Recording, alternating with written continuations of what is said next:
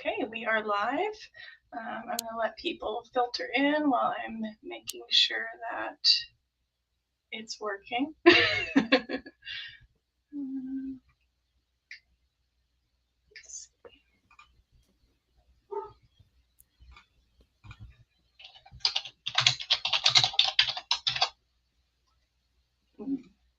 Oops. There we go.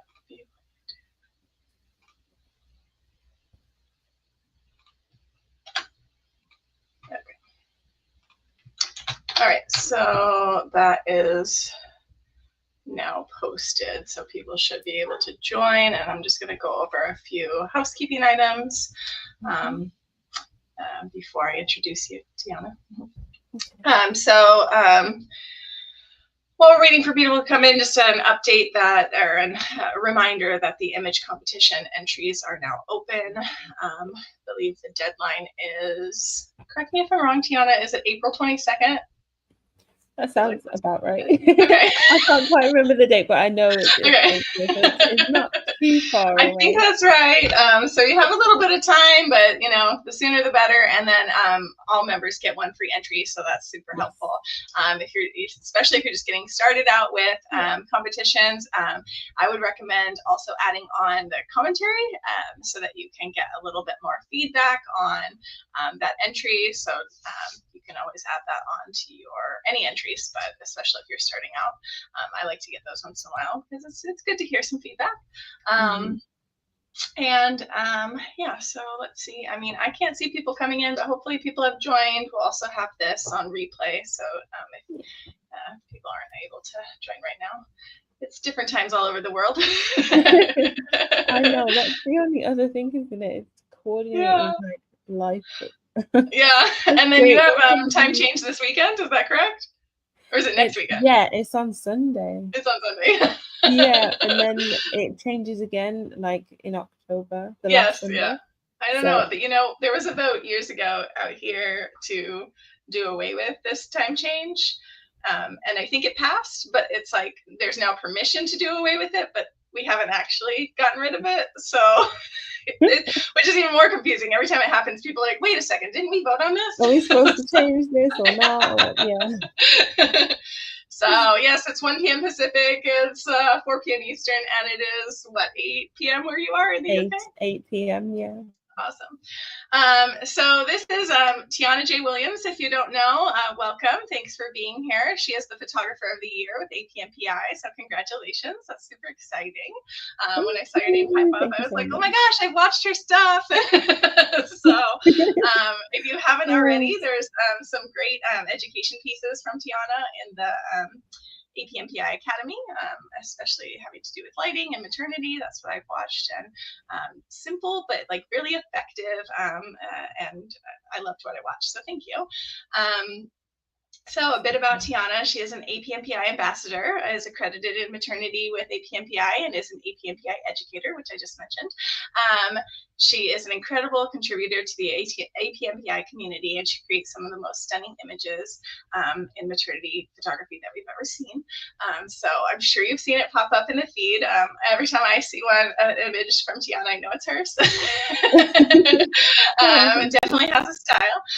She's based in Birmingham in the UK, where her love for this specialty grew from a career as a professional and registered nurse, right? So, and midwife. So you're a nurse and midwife. Do you do either of those things anymore, or has that's taken a backseat to photography? So can't do it all. Just a backseat, but I'm actually doing a return to midwifery practice course currently, just to add to my busy life. Yeah. So I'm just working through all the clinical competencies so that I can go back on the UK register, and then I can work as a midwife again. I've been wanting to do it for a couple of years now. So Very cool. And you found yourself with an extra minute, so you decided to fill it, right? I was like, let's just squeeze it in, why not? It also says here that Tianna enjoys creative and styled projects with special interest in culture, which we often will see and appreciate in her work. So as well, if you haven't seen it on our the APNPI page, you can go to her website. I will leave that link on the post on the group. But yeah, so congratulations on this Photographer of the Year. And I've got a bunch of questions for you. So do you mind if I go ahead and get started? Yes, let's do it. So what first inspired you to start entering image competitions? Was there something specific that pushed you to give that a try? I guess it was, you know what, I like to try different things and I like to push myself and give myself something to focus on. And one of the ways that was suggested to me was to start entering competitions. It's a really good way to get some feedback from experienced judges. And that in itself can help you grow. And equally, when you do take part in the competitions, of course, you can learn from others what they kind of see creatively. And also you gain so much from the feedback. And I thought, yeah, I might as well do that, because it's so nice when everyone's like, yeah, that's amazing. But when you want to improve, competition's a really good place to start. So that's great. Yeah, you mean like people always say, "Oh, that's beautiful," but then you want more feedback, right? Than that. Like, I know it's beautiful, but what can I do to make it even more beautiful? What else can I do? Yeah, that's great. No, that's a really good point, and I think that feedback from people and getting that positive reinforcement is great. But then, yeah, to push yourself, that's awesome. So very good point. So those of you who haven't entered, consider that. For the photographers that are tuning in right now, what is your absolute go-to tip for maternity posing? Something that instantly elevates an image. What do you do to do that in maternity? So it's so easy. I don't actually have a workflow, and I think this allows me to kind of work around the client a little bit more. And often with work that especially for like competition, I tend to use client work. I don't always have like a specific project that I've created to, produce work specifically for competition, simply because I like that everybody's different and I kind of like to see how they move and how they are on in the studio. But in terms of posing, I think it really depends on what it is that you want to achieve with that image. I find that if I have someone that's like really smiley, fun and giggly, they tend not to be as relaxed when you want to kind of create that really striking pose. So you need to really work a little bit more. But I think the most important thing is being flexible and just being aware of like angles and how to flatter your clients, different body types, different body shapes, what they're most comfortable with and what they're not. And also watching their own body language. If you seem to find that they're a little bit kind of nervous or uncomfortable, then it might just be that it doesn't suit them or they need a little bit more guidance, and then you kind of work into it, if that makes sense. There's always the kind of, this is the way to pose somebody and this is the way like not to pose somebody, but I think you can bend the rules once you have a good grip on like what's flattering and what's not, if that makes sense. Oh, totally. Yeah. And I like what you said about like just not having something standard that you do with every single body that comes in, because they are all different. So it's really important to remember. And as soon as you said, if you have someone that's really like upbeat and like giggly, I'm like, oh, that's me. And I cannot visualize myself in some of these images, like, which makes total sense because I'm just like awkward and, but with the right photographer that doesn't like force you to do this, like, go 100% this way. We're going to start naked, for example. I always tell my clients, because most of my clients want a variety of like gowns and like dress down to nude. And I'm like, well, we start with the gowns and we work our way down. Because it's just like, you got to warm up. And it's the same, even if you're clothed the whole time, you have to work toward the like more, powerful poses, I guess you could say, and like the things that don't come as natural to people. Yeah, definitely. And you might find that towards the end of the session, like it's almost like two different people. Like the woman that came in at the beginning is definitely like not the same person after, which hopefully they'll leave the session feeling really empowered and strong and amazing and proud of themselves for doing the session. And you might just find that like you got that one shot where you think, actually, think we nailed the shot. But again, you know, even if it didn't quite go that way, as long as your client's happy, you know, and you're happy to like hype yourselves up, it's hard work, and you got some great images. So yeah, I love that. So definitely meeting them where they're at and giving them support where they need. That's great. If a photographer is on the fence about entering an image competition, what would you say to encourage them? And what do you think makes competitions a game changer for photographers? So I always feel a bit nervous when I enter because you don't know how it's going to go. But I think try not to put too much pressure on yourself and think about the reason why you're entering the competition in the first place. You know, are you doing it to learn, to improve, to push your skills? Are you doing it because you want to win? And all of those reasons are absolutely fine. As long as you're okay with them, I think. But if you're entering for the first time, you know, go for it and don't feel like, oh, I'm never going to win. Like, don't look at it as a negative and put yourself down. If you can add on the critique for your images at the end, it's really, really helpful to get that feedback. But also, if you can watch the whole competition when it is released with the critiques and everything, it's really worth watching those anyway, whether you enter or not, because you can learn so much from them. I think also once you've done it once, you're like, okay, I can do that. It's not so daunting. It's really okay, everyone. Definitely. And it is super scary once you hit like submit and you think, oh my God, like, have I entered the right image? Have I like missed anything or forgotten? Did I name it right? Exactly. And chances are you've done everything right. It's just that you care so much, which is, you know, fundamentally what it's all about, isn't it? Mm-hmm. Yeah, that's so true. So you've kind of, you know, given some advice, but, you know, do you have any other advice to help people feel more confident about submitting and prepared? Yeah, of course. So when it comes to entering image competitions, first things first, know how much time you've got to enter. Try not to leave it to the last minute, which I have done in the past. This just gives you time to prepare. So give yourself a chance to look through the images that you want to enter and why you want to enter those images. Does it have something about that image? Is there a story? Is there a concept? Is there a theme? You know, is it the lighting? There's got to be something that you feel really strongly about why you choose to enter that image. Take the time to go through the catalogue of images that you're thinking about entering and choose like the best few. Have a look at the rules so we don't get disqualified. Make sure that you know what the rules are, what you can do, what you can't do, and look up things like naming your files.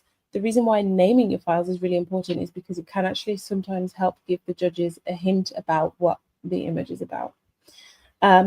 Because sometimes some people really get the concept from looking at an image and others judges might be like, I don't see it, I'm really sorry. But an image title might just help to kind of point them in the direction of what you're trying to get across in the image. So that can be a really helpful thing. So yeah, take the time to kind of prepare beforehand and really think about what images you want to enter and make sure they're entered into the right category as well. Yeah, very good point. So yeah, even though we have a month till they're due, like it's not too early to be like sifting through those images so that you're more confident about the final choices that you make. Yeah, that's great. That's it. Looking back, first, how long have you been in photography? When did you start your career?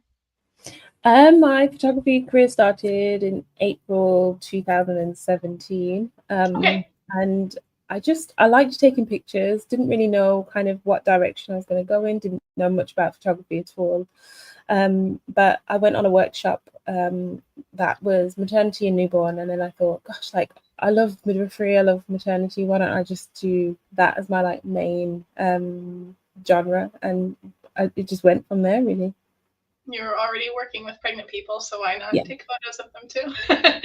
Yeah, it felt so natural. Yeah, that's great. What are 3 things that you wish someone had told you when you were starting out that maybe you weren't told right away that you've learned over the last, almost decade? I would say don't buy every single prop and item because it's cheap, because you will end up getting rid of it and buying again. Take the time out to kind of think what style suits you the best, and then kind of lean towards that. You don't have to have every single prop. You could, for like, if you're doing newborns, you could have one basket, one bucket, one bowl, for example, and a few blankets to start off with. You don't need to spend a lot of money. The other thing I would say is invest heavily in training. I train hard, whether it's online or in person. And I think that helps you progress much more quickly in your photography career. And then the other thing has just gone. So let me just think for a minute. Oh, yes, I would say business training. Learn about running a business and the boring but important stuff like having contracts, pricing, workflows, emails, all of those things. They take so much time, and if you can kind of have that already in the beginning, then you can kind of streamline it and then have it so that it runs like almost like clockwork, and you can focus on the creativity, because I think the business side of things can really get you down, and that really zaps you of your creativity. Yeah, I would concur with that, because the number of times I've rewritten emails and just everything, just, and then people talk about workflows. Get a workflow before you think you need one. Get a workflow. Definitely. Yeah. It's this game of catch up that you never quite, once you get going in the business and doing the creativity, like I personally never find the time to go back and like fix all the things, but you got to start somewhere, that and like organizing photos kind of goes hand in hand, right? Like how you organize your photos once you're done with them, where you store them, things like that. The dirty side of our business, the unfun side, the yucky stuff that we put off. I'll do it next week. We've all got that list that just never gets any shorter. There's 42 sessions in the wrong spot. I really got to do something. Yeah. Do all of those things in the beginning. Sit yourself down and create yourself a document. This was I haven't done this myself, but I wish I did. Yeah. Sometimes we give advice that we don't take. It's okay. Honestly. But it makes so much sense. Create yourself a document called, what did she say it's called? Standard Operating Procedures, right? There you go. Yeah. And in this document, you are going to write down how your business runs literally from start to finish, and have everything in there. Your contracts, your emails, all your bits and pieces, how you store images. Write it as if you were to give this whole document to somebody else and they could run your business, because it will save your life. I'm working on it slowly. I was going to say that's the concept, so that someone else could do it and you could take a backseat to it. But I think as a creative, we're like, but that's not going to happen because this is my baby. Exactly. It's never going to happen, is it? But it's a really good idea. And for those who are... But it's good. It's good to have, in case of anything happens and someone does need to, help you out. Or even if you, are having a moment and you need to remember what you're supposed to be doing. Exactly. And plus, it gives you a baseline to kind of change things, or what technology can be like. You might delete something, or lose where you stored your actions, or you can't remember how to set up the your kind of flow process of where you store or save images. You can always refer back to this document and remind yourself, oh yeah, I put screenshots in there of where I put everything. Okay, like when it's the new year and you have to like redo all the folders. Yeah. It's things, little things like that I've learned along the way that I wish, I knew. They take time, but they save you headaches, and ultimately more time because of those headaches in the future. For sure. So I know you're APNPI accredited in maternity, right? So was getting that a big deal for you, and how has it made an impact on your career? Definitely, because again, like I said, it gives me something to focus on, and it gives you a reason to kind of say, right, what am I doing? What do I want to achieve? I think it's really good to have those kind of creative jumps for yourself, because you get kind of bogged down with the rigmarole of running a business and clients, and it becomes very same old. So I think it's good to challenge yourself. And having accreditations and entering competitions are a really good way to do things just for you, which, of course, when you share it with your clients and they see it's their images that you're winning competitions with, and they're like, oh my God, and they share it. Plus, these are also things that you can use to share with like local news outlets. blogs online. So there's so many things that you can do to kind of raise your profile in your local area when you do have accreditations, and it all helps with kind of outreach and networking in your local area. And you can use that as a tool to say, look, I put myself through accreditation, or I entered competitions, and this is what I've achieved. And it's nice to celebrate that for yourself, but also your clients, and for prospective clients coming in. It makes them think, oh wow, like this person puts so much effort into what they do, and they just love it, and they're winning awards and getting their work recognized. And people want to work with someone who's dedicated to their craft, for sure. Like that's something I hear a lot. Like, oh, I can tell you really love doing what you do. Well, yeah. Of course. But those are the kinds of things that let people know that. So, but it's not always as glamorous as it looks. I mean, we see obviously beautiful photos. That's what the world sees. But what are some common struggles that photographers face that you can maybe personally relate to? Getting stuck creatively, and you kind of like, I just don't know what to do. And I think at that point you need to just either learn something, book some training, or watch some YouTube videos, take a step back, maybe revisit some old work, redo some editing, or take a clean break. We have this thing in midwifery called fresh eyes, where when you're looking after someone in a room, after a while, you're less likely to notice changes that you need to be aware of. So we have someone else come in and review the whole history, and then they can help us make a clinical decision. And I think it's really good to kind of use that same sort of practice in whatever you do. So in photography, in this case. So take a step back, take a break, and then come back with fresh eyes, or just relook at everything. Because it's very easy to kind of just get stuck into it, and I've definitely felt like that. So yeah, take the break. You deserve it, first and foremost. Working so hard, wearing all the hats, doing all the things. You have to take care of yourself before you can take care of your family and your business. And yeah, it's really, really, really important. So I can completely relate to that. Clients ghosting. Oh my gosh, yeah. It's the bane of that's the worst. And it never stops affecting me.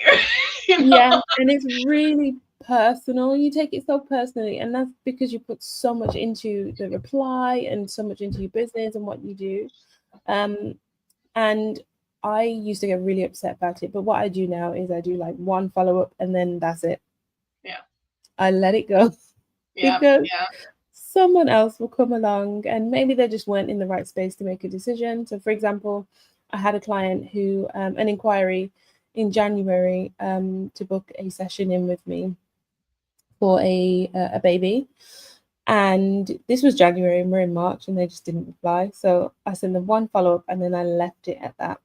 And then I heard back from them a few days ago, and they booked and paid.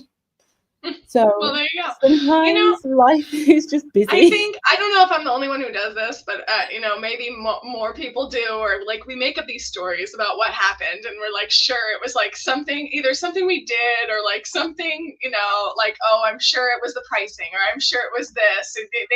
They just don't like me, whatever it is. And then yes, you'll hear back from them. Oh, I'm so sorry, I've just been so busy. And I'm like, gosh, you and me both. I'm always busy. Why isn't that not my that's life, it's not photography, sadly is not the most important thing to everyone. And so they'll get to it when they get to it most of the time. That's literally be happy. Yeah. And even if it is that it's a pricing thing, or you're just not the right person for them, it's not you personally. Right. They've just come to that decision. Whether they've told you that or not is a different story. I know. I don't like loose ends. I think that's my thing. I wish they'd just tell me. But then if it was me, I might not. I might be a ghoster if I was on the other end. So give a little grace, But yeah, it just comes back to our business is so personal to us, and it's our, our baby, and so it's hard not to take some of these things personally. But that's just such a good point. But just let it go. It's not worth the stress. No, it's not. Let it go. Let it go.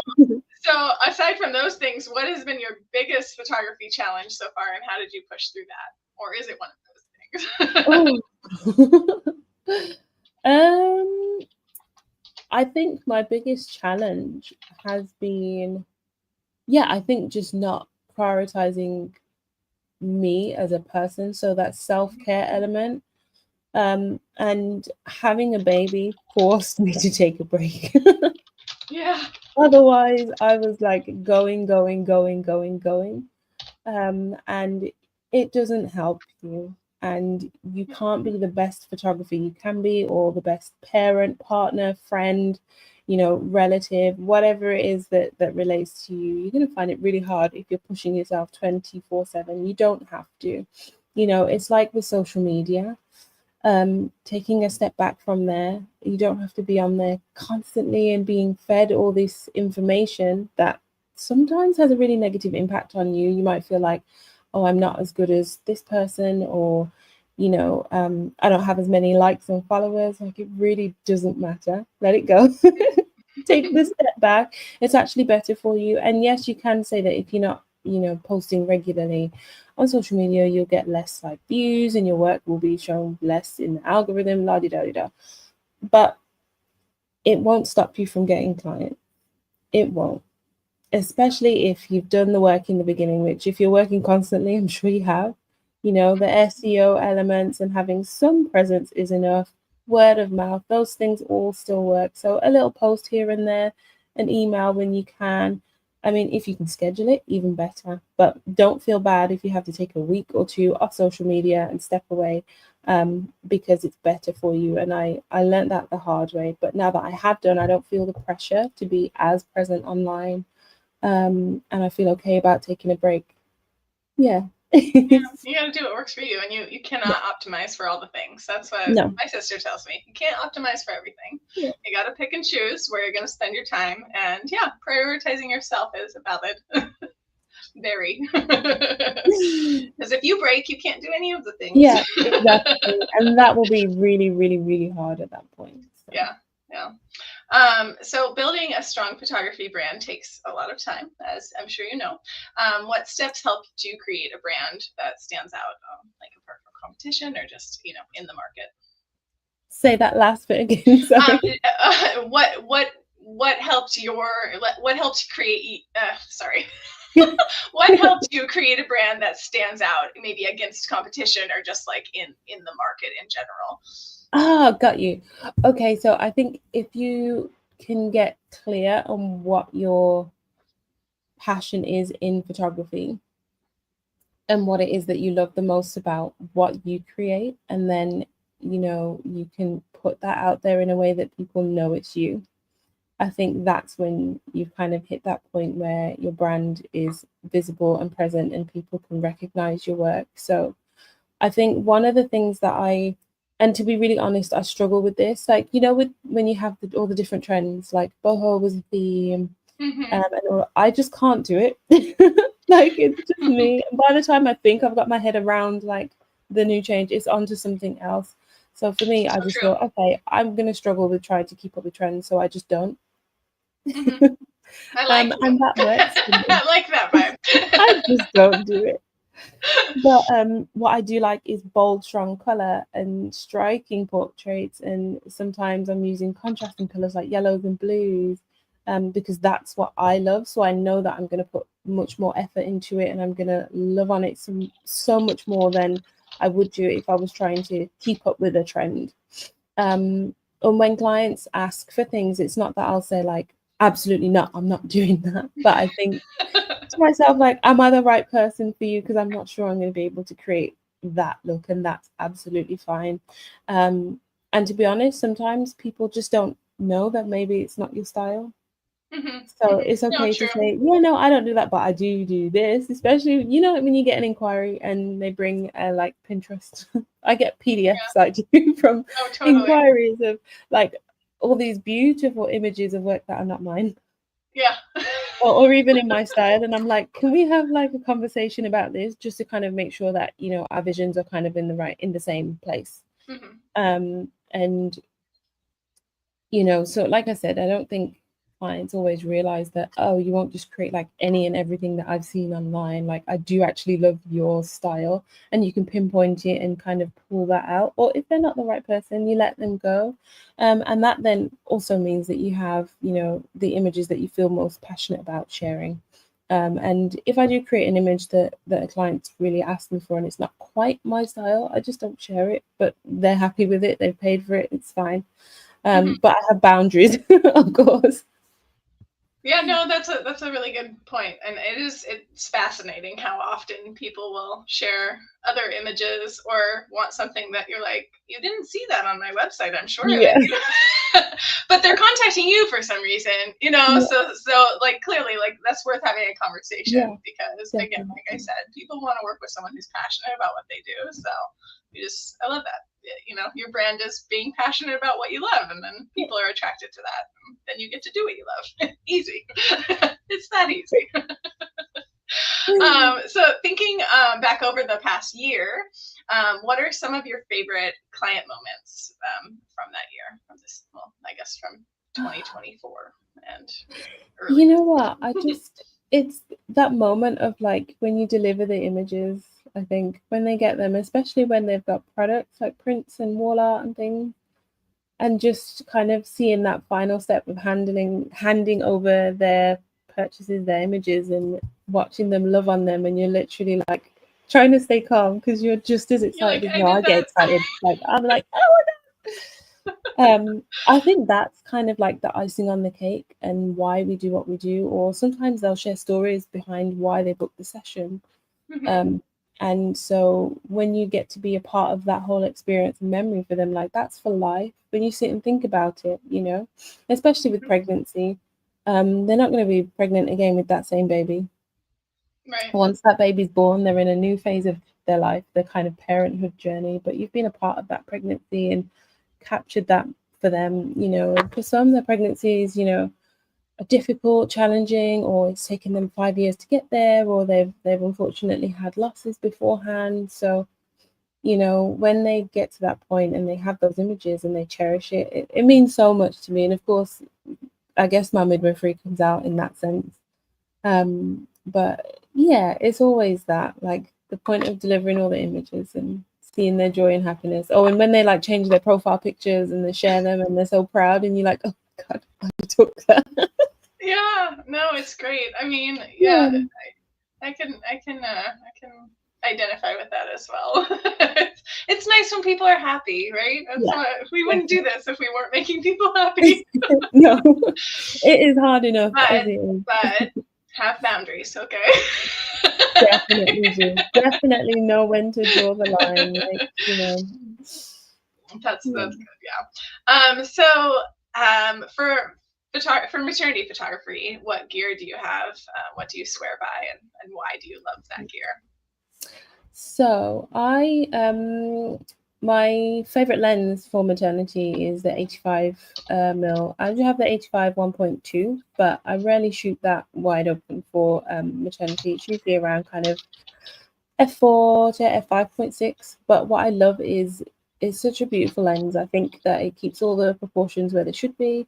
There's like very minimal distortion, and it's a sharp lens, plus the compression of the background. It's like so milky and smooth. I love it. So if you have like little crinkles in your background, use a long lens if you want to kind of like blur them out a little bit. Less editing. Less editing. But yeah, I think for me it's a gorgeous lens to work with, and I use it for like 95%. And I'm sorry, what brand is this? Oh, it's Nikon, sorry. Okay, that's It's what I figured, Nikon. because I'm a Canon and I was like, I'm lost. It's a Nikon Z 85 mil 1.2. Okay. And the camera I use is a Nikon Z8. I've had that for, how long have I had that camera now? Has it been a year? It's been more than a year, I think almost 2 years. Okay. And again, the speed. I like the larger files just because you have so much more details to work with. The images come out really sharp. Yeah, it's my favorite. I mean, I've been using Nikon since I started, so I don't have anything else to compare it to. But I think the technology is great. Same. I got a Canon in high school, and I mean, that's what You happens. just like stuck with it. I just have no idea how people change systems. It's like one thing I'm just never gonna do. Yeah, no, I just bought a mirrorless, and that was like having a new system because you need a new like none of my lenses work. So that whole thing. Yeah, that's a pain, isn't it? It really is. Yeah, but it's amazing how far technology. Like, I mean, like technology just keeps like growing like super in photography. Like, I don't know. I mean, compared to the first digital camera I ever had now. No, I completely agree. Oh my gosh, they're like half a megabyte each, guys.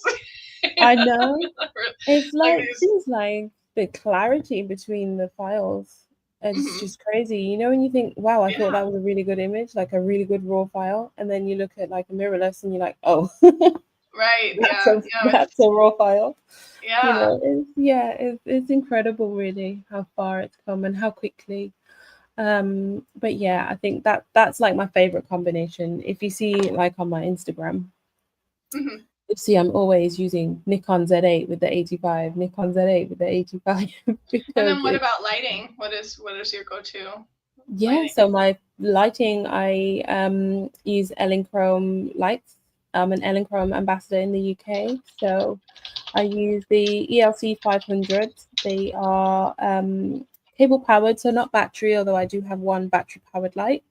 And I use the Elinchrom softbox, which is 150 centimeters, and it's an indirect softbox, meaning the light is mounted in the reverse, so the same way as it would be with an umbrella. But it's a softbox, so it has the same diffusion panels on the inside and the one on the outside as well. I love it because, you know, the light's gorgeous that comes from that. It's big enough to, if you have like families or couples and other children joining in the session. But I like that you can still have some element of control. And that's typically my go-to. I usually use one lens, but one light. But if I'm doing something really creative, then it might be like 2 or 3 or 4. Not often, because it takes a lot of time to kind of get it set up the way that you want. Right. But yeah. Kind of one-off when you're feeling creative. Yeah, when the like feeling takes me, I'm like, right, this is what we're gonna do. I got you.